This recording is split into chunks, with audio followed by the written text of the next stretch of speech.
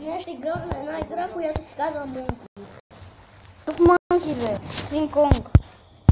Аре, бе, какво става тук, бе? Ще прия, бе.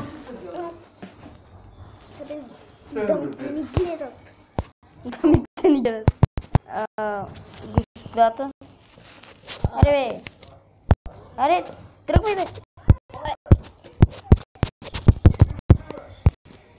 Аре, примеси. Здравейте, дами.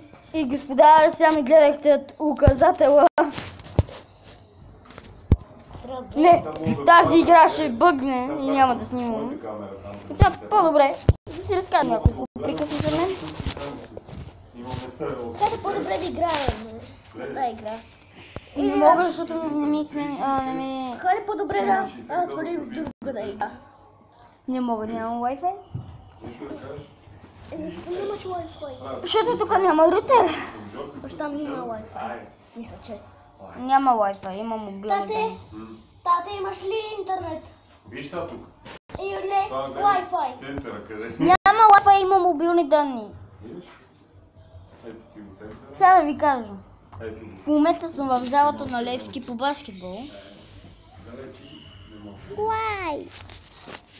И тук съм си прибрал и колелото, защото вали дъжд. Какво друго да кажа? Да се разхождаш някъде на страшно място. Добра идея! Аз съм се разхождал в много страшни места. Какви? Ще снимам как се хода в страшни места и ще го качвам в YouTube. И това е за днешния епизод.